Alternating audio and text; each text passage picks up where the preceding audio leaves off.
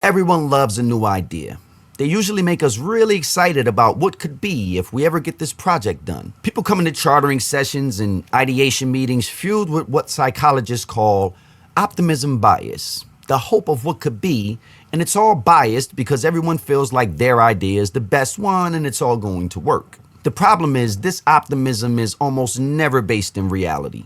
Most projects are initiated by people with great ideas, but no clue on what it may actually take to bring that idea to the market. This happens a lot in corporate settings. The execs present the ideas and expect everyone else to just figure out how to do them.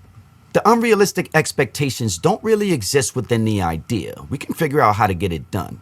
They usually exist within the timelines that we're expected to get it done by. The biggest unrealistic expectation you'll ever face in your PM career is with timelines and how fast people think something can get done. And believe it or not, it's not always the executives that make this mistake. PMs make it too. Imagine this scenario for a second. You have a work breakdown structure with 200 tasks on them, and you need to sit down and figure out durations for each one. Are you going to sit there with your team and actually figure that out?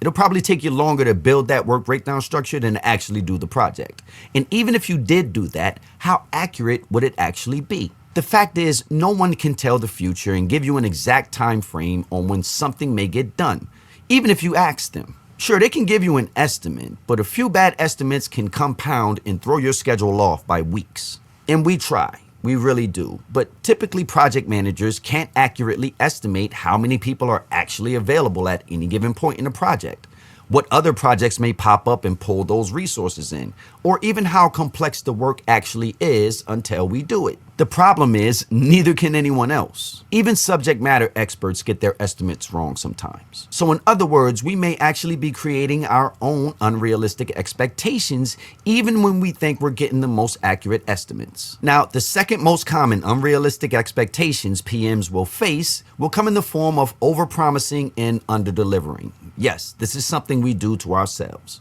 This usually happens to overambitious project managers who are looking to impress leadership or their managers.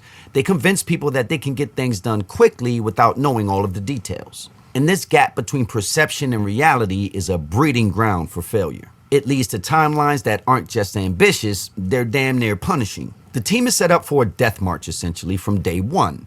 They're forced to cut corners, sacrifice quality, just to chase a date on a calendar that was never real to begin with.